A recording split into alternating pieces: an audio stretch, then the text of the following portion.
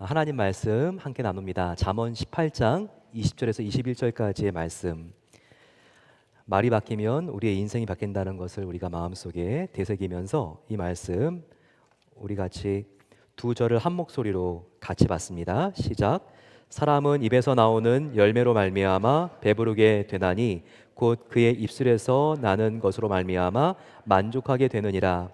죽고 사는 것이 혀의 힘에 달렸나니 혀를 쓰기 좋아하는 자는 혀의 열매를 먹으리라. 아멘. 오늘은 성령 강림절입니다. 성령 강림절은 다른 말로 펜타코스털 데이, 오순절이라고 합니다. 왜 오순일까요? 오십이라는 말이 이렇게 절기의 명칭으로 들어간 이유는 예수님이 십자가에 달려 죽으시고 부활하신 다음에 50일 뒤에 성령님이 오셨기 때문입니다. 함께 성령을 간절히 구하던 마가의 다락방에 120명의 제자들의 심령에 불덩이 같은 성령이 불꽃같이 임했습니다. 그런 교회사적인 놀라운 증거가 사도행전에 있죠. 그러면 오신 성령님은 지금 어디 계십니까? 예수님을 믿는 우리 속에 있죠. 그래서 저와 여러분들은 성경에서 성령님이 거하시는 성전이라고 말씀하고 있습니다. 이 성령 강림절은요, 우리가 특별히 성령의 선물을 주신 하나님께 감사하는 날이 되어야 합니다. 또 하나, 우리 안에 성령이 계시는데 그러면 성령을 모신 성전된 합당한 삶을 내가 살고 있는가 한번 점검해 보아야 합니다. 특별히 하나님께서는 저와 여러분들이 예수님을 따를 때 마음속에 예수님의 성품, 성령의 열매를 맺게 된다고 말씀하십니다. 갈라디아서 5장에는 9가지로 이 성령의 열매가 어떤 예수님의 성품인지를 보여주고 있습니다. 그런데 이와 같은 예수님의 사랑 성령의 열매는요, 반드시 우리의 입술의 열매, 언어 생활에서 나타나야 된다는 겁니다. 저와 여러분들 신앙이 건강한지, 내 안에 성령님이 충만하셔서 건강한 신앙생활을 하고 있는지를 어떻게 점검할 수 있습니까? 바로 그 방법은 지금 내 입에서 나오는 말, 내 안에 성령의 열매가 건강하게 꽃피고 연글고 있다면 나의 입술에도요, 하나님 기뻐하시는 입술에 선한 열매가 맺히게 된다는 겁니다. 특별히 저와 여러분들 오늘 성령 강림절을 맞아서 내 입술에 지금 어떤 습관이 있는가 한번 돌아보길 원합니다. 그러면서 내 안에 성령님이 충만하신가 다시 한번 점검해 보고요. 우리의 마음이, 심령이 다시 성령님으로 회복되면서 우리의 언어 생활이 또 나의 말이 바뀌면서 우리의 신앙생활이 바뀌게 되는 놀라운 은혜가 함께 하시기를 소망합니다. 캐롤린 레이시라고 하는 영국 작가가 있습니다. 이분은요, 그리스도인답게 말하기라고 하는 책을 썼습니다. 원제는 Say the Right Thing이라고 하는 바르게 말하는이라고 하는 책인데요. 그는 특별히 우리 성도들이 왜 이렇게 하나님 닮은 말하기를 원하는데 이게 안 되는가, 참 특별한 인사이트를 우리에게 제공하고 있습니다. 우리는 신앙 교육을 할 때 특별히 하나님 기뻐하시는 바른 말하기를 하기 위해서 뭐 하지 말라는 게 그렇게 많다는 거예요. 하지 마라. 예, 비방하지 마라. 거짓말하지 마라. 과장해서 말하지 마라. 맹세하지 마라. 교만하게 말하지 마라. 부모님과 선생님에게 말대꾸하지 마라. 신성 모독하지 마라. 하지만 그리스도인답게 말하는 데 있어서 이와 같이 하지 마라식의 부정하는, 그리고 또한 자제시키고 금지시키는 수준으로는요, 항상 우리 말의 수준이 다시 옛사람으로, 제앗된 옛 모습으로 돌아올 수밖에 없다는 거예요. 이제는 더 이상 하지 말라고 자제시키는 정도의 구약의 율법적으로 우리가 변화되는 시대가 아닙니다. 이제는 우리가 예수님이 우리의 죄를 위해서 십자가에 달려 죽으시고 부활했기 때문에, 또 예수님은 승천하셨지만 성령님께서 우리 안에 거하시기 때문에 성령님과 날마다 친밀하게 동행하고 그분을 따른다면요, 이제는 하지 말라고 해서 고쳐지는 게 아니라 그 성령님의 능력으로 우리가 적극적으로, 능동적으로 우리의 언어가 변화될 수 있다는 거예요. 그것은 우리가 하지 말라는 말을 항상 유념하고 학습하는 것이 아니라 오히려 말하라, 능동적으로, 적극적으로 우리가 주님과 동행할 때 우리의 언어가 정말 하나님이 기뻐하시는 대화로 말하기로 변화될 수 있다는 겁니다. 그래서 캐롤 레이시는요, 이렇게 7가지로 우리의 언어가 하나님이 기뻐하시는 말하기가 될 수 있다고 말하고 있습니다. 보게 되면요, 한번 읽어볼까요? 시작. 실수를 피하고 싶을 때 지혜를 말하라. 장점이 보이지 않을 때 칭찬을 말하라. 초악한 상황에 있을 때 아름다움을 말하라. 고통에 직면했을 때 위로를 말하라. 비난하고 싶을 때 친절을 말하라. 희망이 없을 때 복음의 소망을 말하라. 성장을 위해서 참된 것을 말하라입니다. 여러분 지금 잘 관찰해 보세요. 실수를 피하고 싶을 때는 어떻게 하라고요? 어리석은 말을 하지 않는 것이 아니라 말을 하지 않는 것이 아니라 말을 하라는 거죠. 지혜를 말하라는 겁니다. 장점이 보이지 않을 때는요, 단점을 말하지 말라가 아니라 칭찬을 말하라라는 거죠.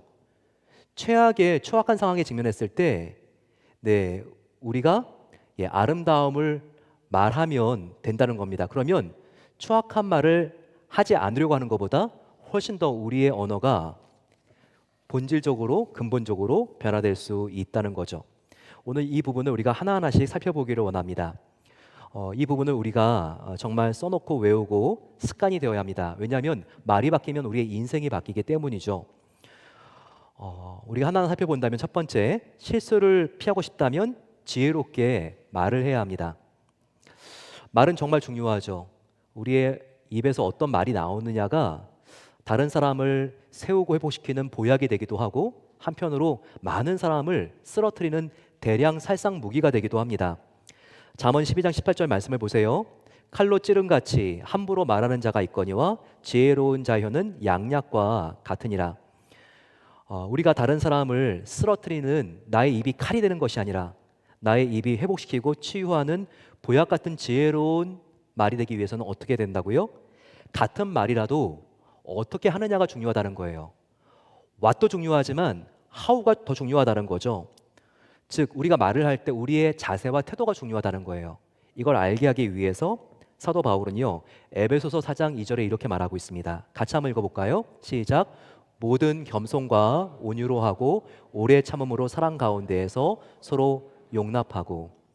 우리가 이렇게 겸손한 자세, 다른 사람이 어떤 말을 하든지 바로 나도 그냥 그 사람에게 나의 주장을 거세게 하는 것이 아니라 오래 참으면서 말을 하게 되면요, 우리의 말이 사람을 쓰러뜨리는 말이 아니라 사람을 세우는 보약 같은 말이 될 수 있다라는 것을 우리에게 알려주고 있습니다. 이것을 야고보서도 우리에게 알려줍니다. 3장 17절과 18절 말씀입니다.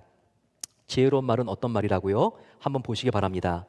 오직 위로부터 난 지혜는 어떤지 보겠습니다. 첫째, 성결하고, 다음에 화평하고, 관용하고, 양순하며 긍휼과 선한 열매가 가득하고 편견과 거짓이 없나니. 지혜로운 말은 이와 같은 특징이 있다는 거예요. 성결하고, 화평하고, 관용하고, 착하고, 양순하고, 긍휼과 선한 열매가 가득하고 편견과 거짓이 없는 말이라는 겁니다. 또한 성경은요, 우리가 말실수를 줄이고 말을 할 때 죄를 저지르지 않기 위해서 아주 주의해야 될 것이 있는데, 그것은 우리가 섣불리 입을 열지 않는 것입니다. 특별히 상대가 나와 다른 생각을 가지고 있는 것 같거나 이 자리에서 말다툼이 일어날 것 같을 때, 그럴 때 성급하게 내 주장을 내세우는 것이 좋지 않다고 말합니다. 오히려 성경은 이런 상황에서는 입술을 제어하는 것이 더 지혜로운 모습인 것을 알려줍니다. 잠언 10장 19절 말씀입니다. 말이 많으면 허물을 면하기 어려우나 그 입술을 제어하는 자는 지혜가 있느니라 라고 말하고 있습니다. 성경은 상대방의 말을 잘 경청하고 그리고 신중하게 생각하면서 한 템포 느리게 말할 때 훨씬 더 후회하지 않을 수 있는 지혜로운 말하기가 될 수 있는 것을 우리에게 가르쳐주고 있습니다. 두 번째, 내 앞에 있는 사람에게 도무지 장점이 보이지 않더라도, 장점이 보이지 않는 상황 속에서도 어떻게 하라고요? 칭찬을 말하라는 것입니다. 우리는 칭찬을 굉장히 인색할 때가 있죠. 왜 칭찬해 주는 게 이 사람에게 어렵습니까? 그 사람이 자칫 교만해질까 봐 우리가 칭찬을 하는 것이 좀 어려울 때가 있습니다. 또는 내가 이렇게 말하는 게 혹시 그 사람에게 아첨하는 모습이나 가식적으로 이렇게 보이진 않을까? 또 어떻게 보면 이게 더 근본적인 칭찬을 하기가 어려운 이유일 수 있습니다. 남을 세워주는 칭찬을 내가 하게 되면 그 사람의 탁월함이 부각되게 되는데 혹시 그러면 내가 열등하게 비춰지진 않을까? 이와 같은 마음속의 계산도 우리가 함부로 다른 사람에게 칭찬하지 못하는 이유가 될 수도 있다는 겁니다. 하지만 그렇다고 해서 칭찬하지 않는 게 바람직할까요? 아닙니다. 사도 바울 그리고 예수님을 보게 되면요, 칭찬에 정말 너그러운 것을 볼 수 있습니다. 그리고요, 뭔가 이유가 분명해서 칭찬하는 게 아니라 아직 그 사람에게 있지 않지만 그 사람의 가능성을 바라보면서 칭찬합니다. 특별히 사도 바울은 많은 교회를 개척했습니다. 그 중에서 데살로니가 교회는요, 초신자들이 굉장히 많은 교회였습니다. 사람들이 대부분 다 세교우였다고요.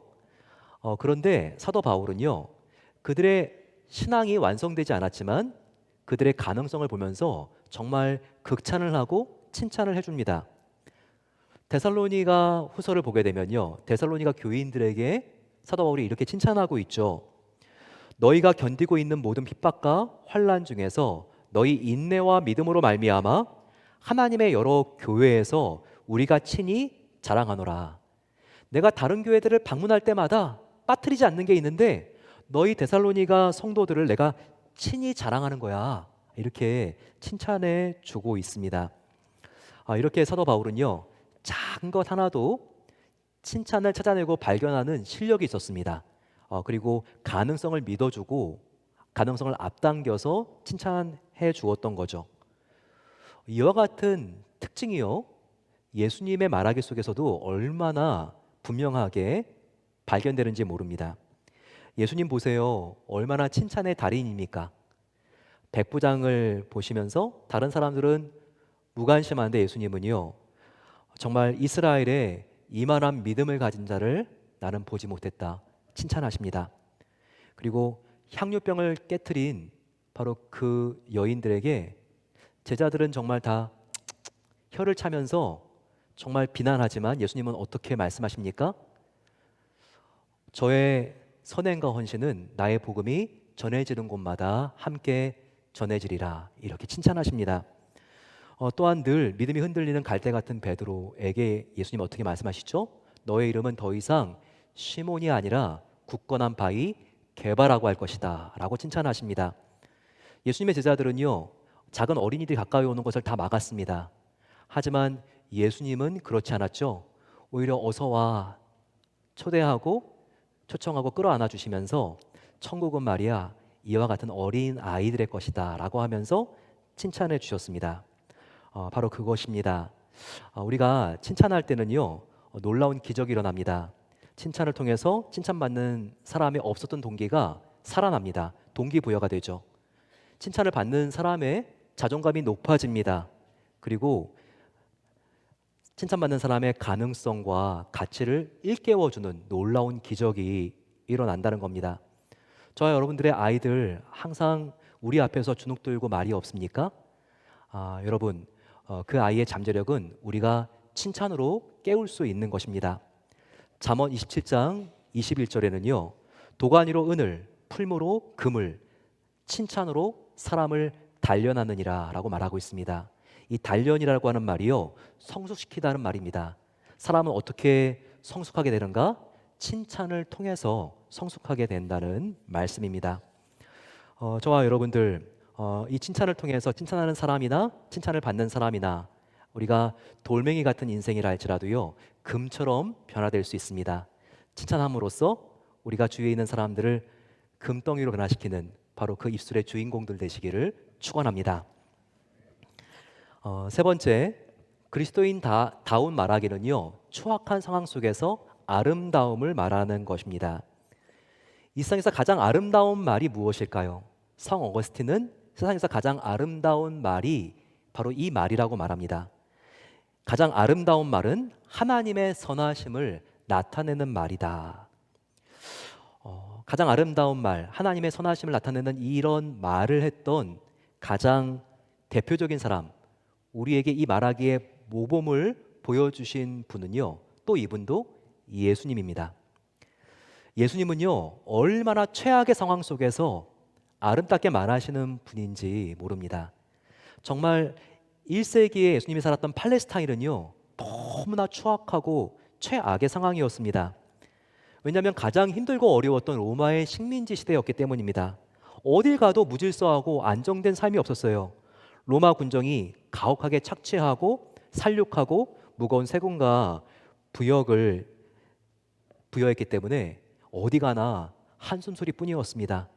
이런 가난과 부조리와 불평등 속에서 예수님은 결코 비방, 원망, 남 탓, 짜증과 신경질이 섞인 말을 하지 않았습니다. 이런 추악한 상황 속에서 예수님은 오히려 더 아름다운 말을 하셨습니다. 특별히 예수님의 이 아름다운 말 속에서는요, 하나님의 선하심이 성 어거스틴의 말처럼 드러납니다. 예수님의 말을 듣고 있는 백성들, 정말 미래의 의식주와 또한 내일의 안전에 대하여 너무나 염려하는 사람들이었습니다. 하지만 이들에게 예수님은 얼마나 아름다운 말을 하시면서 하나님의 선하심을 드러내십니까? 그들에게 들에 핀 백합화를 봐라, 하늘에 나는 새를 봐라, 저들이 길쌈수고를 하는 것 봤니? 또한 저들이 곡간에 곡식을 모아드리는 것을 봤니? 하지만 신실하신 하나님께서 먹이시고 입히시는 게 너에게 보이지. 하물며 이렇게 작은 자연의 미물도 하나님께서 공급하시는데, 하물며 하나님의 아들들인 딸들인 바로 너희일까 보냐라고 말씀하십니다. 예수님의 말씀이 기가 막히지 않습니까? 얼마나 아름답습니까?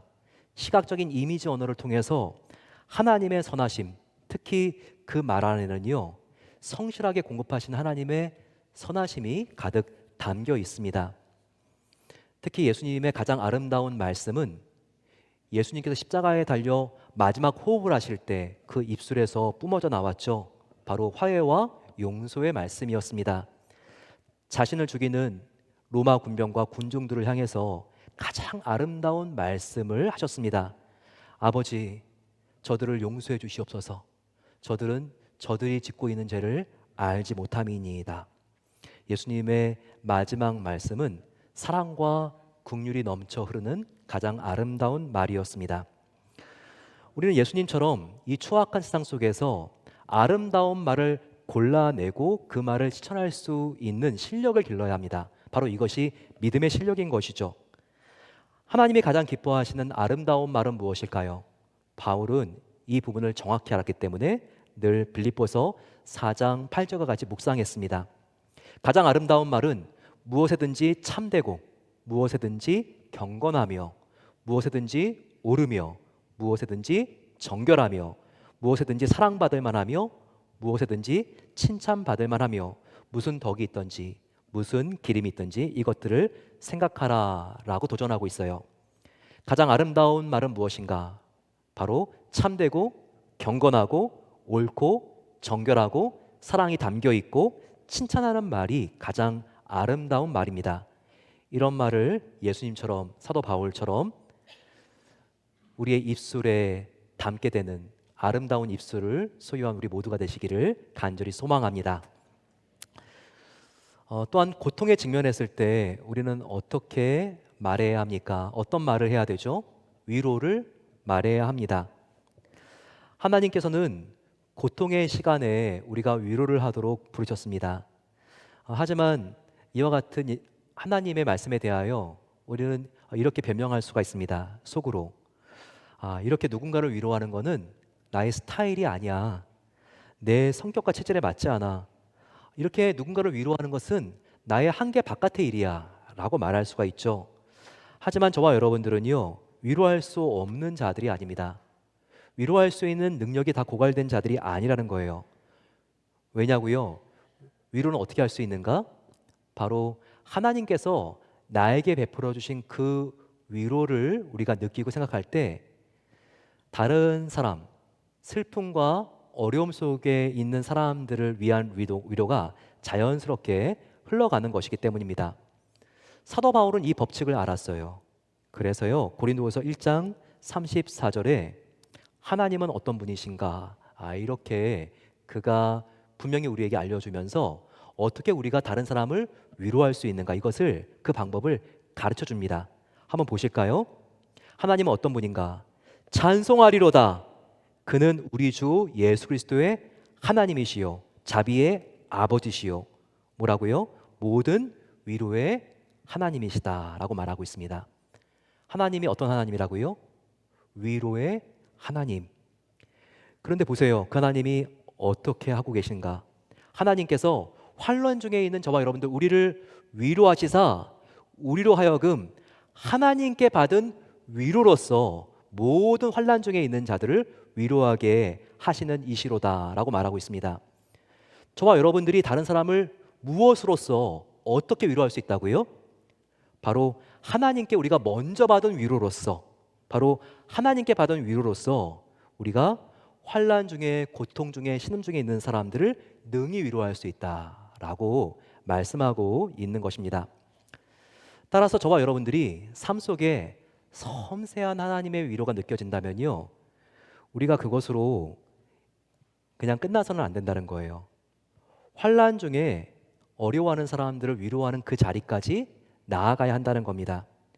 고통받고 신음하고 있는 내 주위에 있는 사람들을 보았는데 그들에게 무관심하거나 난감해하는 것이 아니라 그들에게 도움을 주는 자리까지 나아가야 한다는 거예요. 그리고 그들을 위로할 수 있는 가장 구체적이고 직접적인 방법은 바로 위로의 말을 하는 것입니다. 저는 지난 6개월 동안의 기간들을 보게 되면요, 저의 인생에 하나님과 또한 주위 사람들에게 받았던 위로가 이 지금 5개월, 6개월 정도 받은 하나님으로부터 받은 위로와 또 주위에 있는 성도님들로부터 받은 사랑이요, 저의 나머지 인생보다 더 밀도 있고 컸던 것 같아요. 저희 아들 민식이가 사고를 당했을 때 정말 하나님께서, 성도님들께서 위로해 주신 것, 정말 지금도 잊을 수가 없고 너무너무 감사합니다. 어떻게 표현할 길이 없죠. 저를 위해서, 가족을 위해서 기도해 주신 것, 그리고 또 텍스트 문자 메시지 보내주신 것, 정말 너무나 참 마음속에 너무 큰 은혜에 비쳐 있구나, 이런 생각을 가지고 있어요. 지난달에 저는 한 주일 정도 한국을 다녀왔습니다. 총회라고 하는 교회 회의가 있었기 때문에 갔다 왔는데요, 한 주 정도 갔다 오니까 총회 한 이틀 정도의 기간 이후로 4, 5일 정도가 남는 거예요. 이것을 어떻게 보낼까, 스케줄을 짜는데 가기 전부터 이것은 어떻게 노력하려고 해서가 아니라요, 정말 자연스럽게 이 짧은 시간을 이 일에 보내면 가장 좋겠다, 가장 의미가 있겠다, 그런 부분이 있었습니다. 요즘 제 주위에 있는 분들이요, 특별히 가까운 친구들이, 저의 멘토들이 굉장히 지금 질병으로 힘들고 어려운 시간을 보내고 있는 분들이 한국에 많이 계십니다. 그분들 중에는 류성칠 목사님이라고 저희 교회 한 9년 정도 됐나요? 부흥회를 오신 그 목사님이 지금 췌장암 4기로 너무나 힘들고 어려운 시간을 보내고 계세요. 저의 한국에서 신학대학원 같이 동기였던 대구에서 목회하시는 김춘원 목사님이라고 하는 분은 혈액암으로 지금 너무나 힘들고 어려운 상황 속에 있습니다. 저한테는 사촌 형이 한 분 계시는데 지금 52세신데 작년부터 흉선암 3기로 너무나 힘들고 어려운 시간을 보내고 계세요. 3, 4일 동안의 그 기간 동안 이분들과 함께 있어줘야 되겠다, 이 생각을 가지고 한 분 한 분 신방 다녔습니다. 다른 게 아니라 함께 입서준 거예요. 함께 대화 나눠주고 함께 식사해주고. 근데 얼마나 정말 이 시간을 내가 잘 보낸 것 같은지, 참 돌아와서도 너무나 제 마음속에 따뜻함이 있습니다. 뭔가 억지로 하려고 한 게 아니에요. 정말 지난 민식의 사고 이후에 4개월 동안 하나님으로부터, 성도님들로부터 받은 그 위로를 생각하니까 이 위로로서 저절로 위로가 흘러가는 것을 저는 경험할 수 있었습니다. 바로 이것입니다. 저와 여러분들, 나에게 위로의 힘이 없을 때 하나님으로부터 내가 어떤 위로를 받았는지를 우리의 인생의 구간을 돌아보면서 생각해 보세요. 그러면요, 나를 통해서 하나님의 위로가 흘러갈 것입니다. 그와 같은 하나님의 위로에 막히지 않는 통로가 되시기를 간절히 축원합니다. 다섯 번째는요, 비난하고 싶을 때 친절하게 말하는 것입니다. 정말 친절하게 말하는 것이 쉬울 것 같지만 쉽지가 않습니다. 그 사람이 나한테 이렇게 불친절한데 어떻게 제가 친절하게 말을 하냐고요. 정말 나에게 이렇게 손해를 끼친 게 많은데 나만 손해보는 것 같은데 어떻게 그런 사람을 친절하게 대하냐고요. 이렇게 우리가 말할 수 있죠. 더구나 요즘 인터넷이 발달하게 되면서 우리는 친절하게 말하는 것이 더욱더 어려워지는 시대에 살고 있습니다. 왜 그럴까요? 수많은 유튜브, 온라인, 그리고 또한 게시판의 댓글들 어떻죠? 보게 되면 불친절한 투성이죠. 우리는 우리의 실명을 밝히지 않고 닉네임만 가지고도요, 어떤 표적을 지금 지정하고 막 악플을 달고 있는 사람에게 또 한 번의 악플을 달 수도 있습니다. 그런데 여러분, 저와 여러분들은 이때 이 충동을 극복할 수 있어야 돼요. 왜냐하면요, 지금 다른 사람들이 다 원망을 쏟아붓고 있는 그 사람도요, 나와 같이 그 사람 역시 하나님의 형상으로 지음받은 존재라는 것을 우리는 잊어서는 안 됩니다. 다른 사람 다 밟고 있는데 나도 한 번 더 밟아주는 게 아니라 하나님 앞에서 이렇게 지금 말도 안 되는 어려움을 저지른 사람이 있다면, 그런 친구가 있다면 기도해 줘야죠. 바로 이것이 우리가 그 사람을 친절하게 여길 수 있는 시작이 될 수가 있다는 겁니다. 이런 친절 너무 어려워요. 성령님이 이것을 아십니다. 그래서 성경을 기록하실 때요, 항상 친절하라라고 하는 말을 하게 되면요, 그 옆에 오래 참고라는 말이 항상 같이 짝으로 함께 나옵니다. 한번 보실까요? 골로새서 3장 12절 말씀을 보시기 바랍니다. 긍휼과 자비, 이 자비가 카인드니스, 친절이거든요. 긍휼과 자비와 겸손과 온유와 오래 참음을 못 잊고, 친절은 오래 참아야지만 가능한 겁니다. 갈라디아서 5장 22절에 성령의 열매도 보세요. 오직 성령의 열매는 사랑과 희락과 화평과 오래 참음과 자비와, 카인드니스, 자비와 오래 참음이 나란히 나오고 있죠.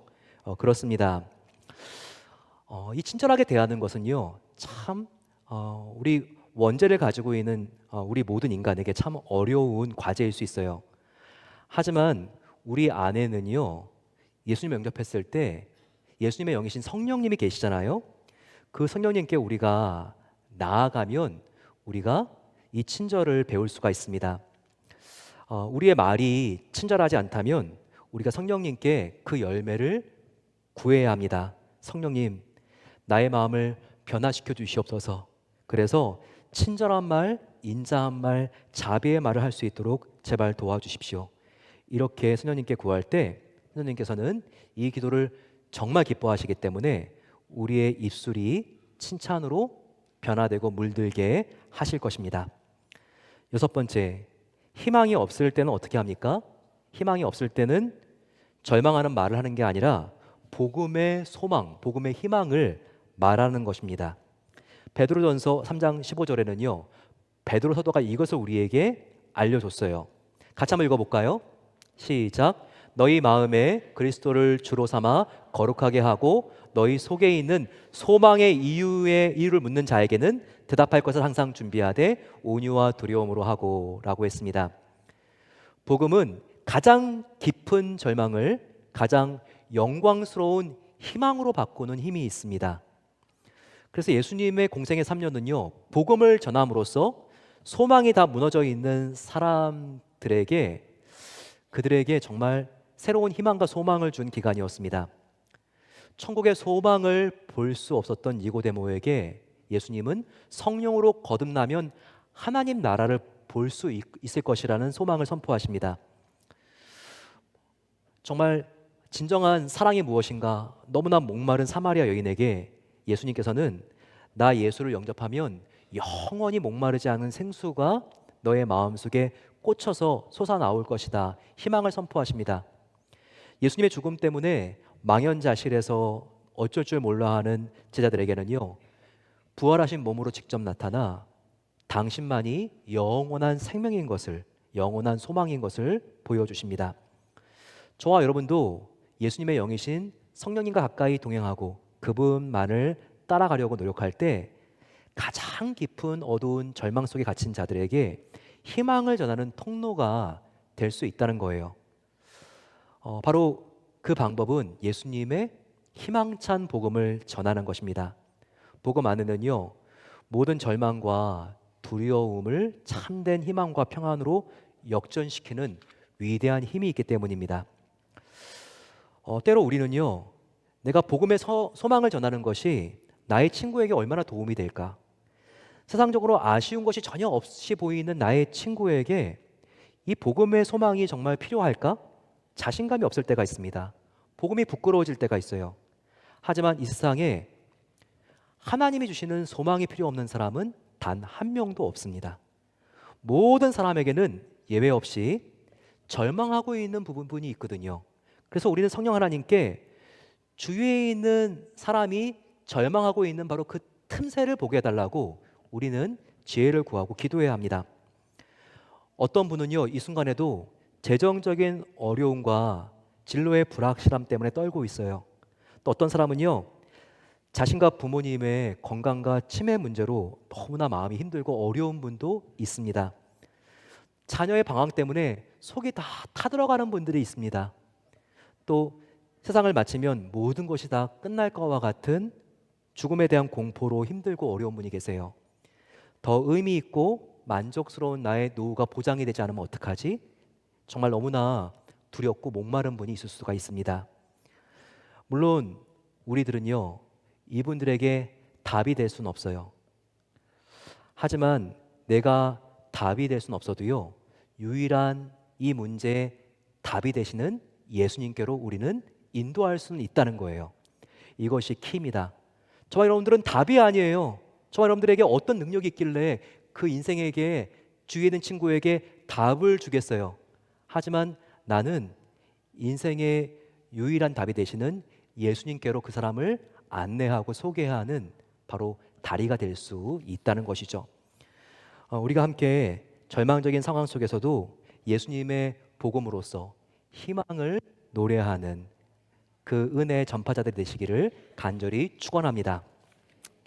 마지막으로 우리가 성장하기 위해서는요, 어떻게 해야 되죠? 참된 것을 말해야 합니다. 가는 곳마다 거짓말인 사람, 인격적인 영적인 성장이 가능할까요? 불가능할 겁니다. 정말 들어가기만 하면 거짓말이 막 무성한 교회, 그런 교회가 과연 성숙할 수 있을까요? 그럴 수 없을 것입니다. 우리가 참된 것을 말해야 하는 이유는요, 바로 참된 말을 해야지만 영적인 성숙이 가능하기 때문입니다. 특별히 개인의 성숙뿐만 아니라 그리스도의 몸인 성도 전체의 교회 성숙을 이루기 위해서 우리 모두는 참된 말을 하는 이 습관을 우리 입에 배이게 하는 것이 정말 중요합니다. 이것을 에베소서 4장 15절에서 사도 바울이 다시 한번 우리에게 알려주고 있습니다. 오직 사랑 안에서 참된 것을 하여 범사에 그에게까지 자랄지라. 그는 머리니 곧 그리스도 예수시라. 우리가 우리의 개인의 인생과 교회 공동체의 머리가 되시는 예수님에 이르기까지 성장하고 성숙하고 자랄 수 있는 바로 그 비결은 바로 사랑 안에서 참된 말을 하는 것입니다. 하지만 저와 여러분들은요, 본래 참된 말을 할 수 있는 자들이 아니었어요. 인간이 죄로 타락한 이후에요, 진리, 진실을 말하는 것은 우리의 모국어가 아니게 된 자들입니다. 진리보다는 오히려 과장, 부풀림, 거짓, 은폐, 아첨, 비난, 수근수근거림과 같이 하나님의 영광을 가리는 죄악된 말이 우리의 모국어였던 사람들이에요. 그 이유는 다른 이유가 아니죠. 우리 인간이 죄를 지은 다음에 거짓의 아비인 사탄과 마귀의 영향권 안에 놓였었기 때문입니다. 하지만 예수님을 믿은 다음에 저와 여러분들의 신분은 이제 완전히 달라졌습니다. 예수님을 믿고 예수님의 영이신 성령님을 영접했어요. 그렇기 때문에 우리 속에 계신 그분의 영이신 거룩한 성령님을 따르면 우리는 참된 말을 할 수 있는 존재들로 변화되었다는 것입니다. 성령님을 따를 때 참된 말을 할 수 있다. 그것은 예수님이 가르쳐 주셨어요. 요한복음 16장 13절을 보십시오. 진리의 영 성령님이 오시면 너희를 모든 진리 가운데로 인도하실 것이요. 성령님을 믿고 따르면 바로 진리의 말로 우리의 모국어가 변화된다는 것이죠. 또한 여러분, 우리가 에베소서 4장 25절을 읽을 때 주의해서 봐야 되는 것은요, 참된 말을 하라라고 하는 이 말이요, 결코 거짓말만 하지 말라라고 하는 그 이상의 의미를 갖고 있다는 것을 알아야 돼요. 참된 말을 하라라고 하는 뜻은요, 거짓말을 피해라 정도의 수동적인 의미를 훨씬 더 넘어선다는 거예요. 훨씬 더 그 의미는 능동적이고 적극적이라는 거예요. 즉 참된 말을 하라라고 하는 이 뜻은요, 고작 거짓말 정도 하지 말라는 의미가 아니라 서로 하나님의 참된 생명의 말씀을 서로 간에 선포하라, 바로 이 뜻이라는 겁니다. 따라서 저와 여러분들은 참된 말을 하기 위해서 서로에게 적극적으로 생명의 말씀, 하나님의 말씀을 서로에게 선포해야 합니다. 그래서 하나님께서 지금 이 자리 교회로, 세상 밖으로 저와 여러분들을 부르신 거예요. 그래서 우리는요, 참된 말씀을 서로 간에 나누기 위해서, 참된 말을 하기 위해서 성경 말씀으로 서로 간의 정체성을 서로 확인시켜주는 격려를 할 수 있어야 돼요. 뭔가 죄책감 때문에 너무나 시달리고 마음 아파하는 형제 자매가 있습니까? 그러면 바로 참된 말로 하나님의 생명의 말씀으로 당신은 죄의 권세에서 구원받은 영광스러운 하나님의 자녀입니다, 우리가 선포해야 된다는 겁니다. 또 주위에 구원받은 신분에 대하여 의심하고 있는 자매 형제들이 있나요? 그런 분이 계시다면요, 하나님의 말씀으로 당신은 하나님의 생명의 면류관을 상속받을 자입니다, 하나님의 생명의 말씀으로 축복해 주어야 한다는 겁니다. 두려움에 오들오들 떨고 있는 지체가 있습니까? 그렇다면 하나님의 말씀으로 두려워하고 놀라지 마십시오. 하나님이 당신을 세상 끝날까지 함께 하신다고 약속해 주셨습니다. 이렇게 안심시켜 주어야 한다는 겁니다. 이렇게 참된 말을 하는 것은요, 죄와 거짓말에 맞서는 것뿐만 아니라 하나님의 생명의 말씀으로 나의 말과 나의 대화를 충만하게 채우는 과정입니다. 말씀을 마칩니다. 하나님께서는요, 우리의 인생은 내 입에서 지금 나오는 말에 의해서 지어지고 있다, 건축되고 있다, 이렇게 말씀하십니다. 잠언 18장 20절과 21절 말씀을 보시기 바랍니다. 사람은 입에서 나오는 열매로 말미암아 배부르게 되나니 곧 그의 입술에서 나는 것으로 말미암아 만족하게 되느니라. 이 말이 무슨 말이에요? 콩 심은데 콩이 나지 팥이 날 수 없다는 거예요. 적게 심으면 적게 수확하게 되지 많이 수확할 수 없게 된다는 것이죠. 반드시 뿌린 대로 거둔다고 하는 말입니다. 마찬가지로 하나님이 기뻐하시고 저와 여러분들이 행복하고 후회 없는 삶이 되기 위해서는요, 다른 방법이 없습니다. 지금 나의 입에서 어떤 말이 나오고 있는지를 우리가 잘 보고 돌봐야 된다는 겁니다. 나의 미래의 열매, 지금 나의 입에서 나오는 바로 이 씨앗 같은 말에 의해서 결정되는 것입니다. 지금 내 입에서 어떤 말이 나오는지에 따라서 나의 미래는 피폐해지든지 아니면 풍성해지든지 둘 중 하나입니다. 오늘 비난과 비방과 원망과 거짓말의 씨앗을 심으시겠습니까? 그러면 반드시 후회하게 되죠. 내 주위의 소중한 사람들에게 큰 아픔과 상처를 주게 됩니다. 하지만 지혜로운 말, 칭찬하는 말, 참된 말, 희망찬 말, 격려가 되는 말, 친절한 말, 위로의 말, 아름다운 말을 하게 되면요, 선한 열매가 가득하게 됩니다. 나와 주위에 있는 사람들이 회복되고 치유되는 거예요. 이런 말을 하는 내 자신과 듣는 사람들이요, 행복과 감사와 기쁨으로 넘치게 됩니다. 이런 삶으로 초대되고 싶지 않으세요? 바로 그 비결은 저와 여러분들의 입에서 나오는 바로 그 말에 달려 있습니다. 같이 기도하시겠습니다. 사랑의 아버지 하나님, 성령 강림절에 성령 충만한 모습은 성령을 받아 방언과 치유와 예언하는 것보다도 성령님이 내 안에 계셔서 내 마음에 예수님의 성품의 열매가 가득해지는 것이라는 것을 깨닫게 해주시니 감사합니다. 이렇게 되어서 내 입술에도 하나님이 기뻐하시는 열매가 가득하게 맺힐 수 있도록 은혜를 베풀어 주시옵소서. 아버지 하나님, 그래서 실수를 피하고 싶을 때 지혜를 말하고 또 성결을 위해서 참된 말을 하며 추악한 상황 속에서도 아름다운 말을 하며 고통에 직면했을 때 위로를 말하며 비난하고 싶은 충동이 들 때도 칭찬과 친절의 말을 하게 해주시기를 원합니다. 다 희망이 꺼져 있는 어두운 세상 속에서 살아가고 있지만 희망이 없을 때도 복음의 소망과 희망을 선포하는 생명의 입술 될 수 있도록 이 시간 모든 성도님들을 주님께서 축복해 주시옵소서. 존귀하신 예수님의 이름으로 기도드립니다. 아멘.